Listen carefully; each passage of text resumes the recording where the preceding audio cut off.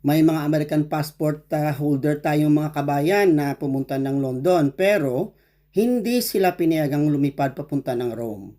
Alamin natin kung bakit.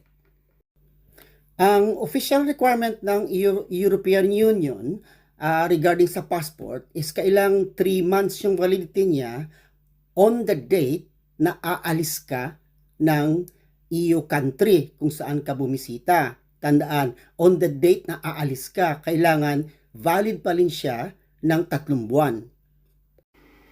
Isang rule din ang passport age. So, the passport must not be older than 10 years from the date of issue on the day you enter an EU country.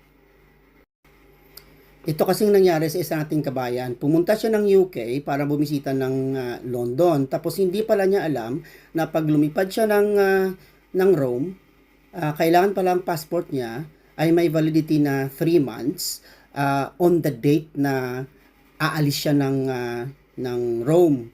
So ngayon, pag check-in niya sa counter, hindi siya ngayon papayagan ng airline kasi hindi pasok doon sa 3 buwan na requirement yung kanyang validity ng passport niya. So, sayang yung binayad niya sa kanyang hotel at sa kanyang plane ticket papunta sa Rome dahil hindi nga siya pwedeng pumasok doon.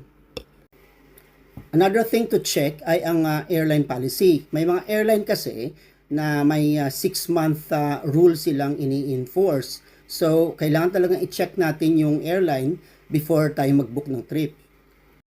So, para sa kompletong guidelines ng mga US passport holders who wanted to travel to the EU, nilagay ko po sa baba ang mga links kung saan nyo pwedeng ma-check ang comprehensive guide to travel to the EU. Okay? Mas maganda na yung may alam.